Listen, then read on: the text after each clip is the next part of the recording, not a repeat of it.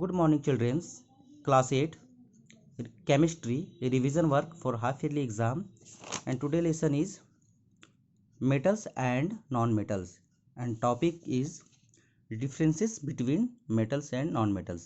आज देखेंगे मेटल और नॉन मेटल में अंतर, दोनों में क्या फ़र्क है. ठीक है. मेटल्स में first point, they are all solids except mercury which is in liquid. बच्चों मेटल्स जो होते हैं, अधिकतर मेटल सॉलिड्स होते हैं मरकरी को छोड़कर. मरकरी रूम टेम्परेचर में लिक्विड स्टेट में होता है, बाकी जो मेटल्स होते हैं वो सॉलिड होते हैं, है ना. उसके बाद बच्चों नॉन मेटल्स में first point, they may be solid liquid और गैसेस.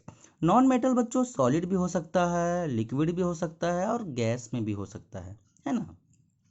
सेकेंड पॉइंट, मेटल्स में दे हैव हाई डेंसिटीज. बच्चों मेटल का डेंसिटी ज़्यादा होता है ना, जबकि non metals they have low densities, जबकि इसका डेंसिटी कम होता है ना. थर्ड पॉइंट, मेटल में दे पोजेज ए नेचुरल शाइन.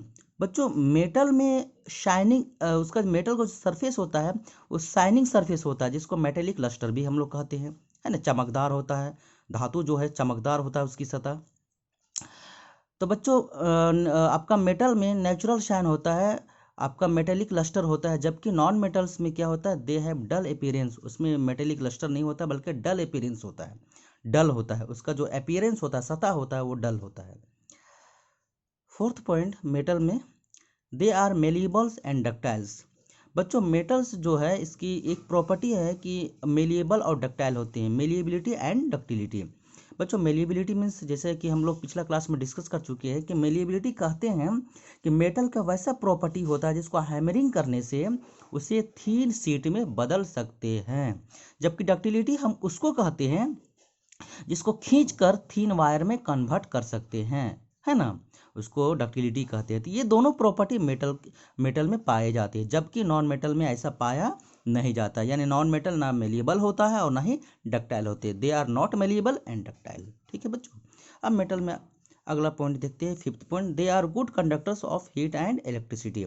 बच्चों मेटल जो होता है उसमें हीट और इलेक्ट्रिसिटी दोनों आसानी से पास करता है ना. जैसे लोहा मेटल है, उसमें अगर लोहा को एक ओवन में रख देंगे, एक छोर गर्म करेंगे, एक एंड गर्म करेंगे तो दूसरी एंड भी, है ना, कुछ देरी के बाद आसानी से गर्म हो जाता है, यानी वहाँ पर हीट पास करता है.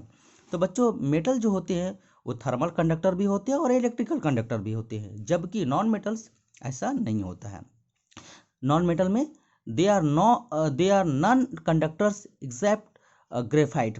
बच्चों नॉन मेटल जो होते हैं वो आपका हीट और इलेक्ट्रिसिटी को कंडक्ट नहीं करता है, लेकिन नॉन मेटल में एक कार्बन का इलेक्ट्रॉप है जिसका नाम ग्रेफाइट है, वो क्या करता है ना, इलेक्ट्रिसिटी को कंडक्ट करता है बच्चों. ठीक है. और इसका यूज़ बैटरी में, है ना, ये छोटे छोटे जो बैटरी होती है ना, जो टॉर्च में लगाई जाती है उसमें यूज़ किया जाता है ना बच्चों.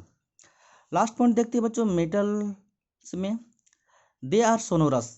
बच्चों मेटल सोनोरस होते हैं, जबकि non metal they are not sonorous, ये सोनोरस नहीं होते. बच्चों सोनोरस कहने का क्या मतलब होता है, ये ऐसा प्रॉपर्टी होता है मेटल का जिसको अगर हैमरिंग करेंगे तो वहाँ से साउंड प्रोड्यूस होता है ना. तो साउंड प्रोड्यूस होना ही सोनोरस कहलाता है, और ये प्रॉपर्टी नॉन मेटल में नहीं होते हैं. ठीक है.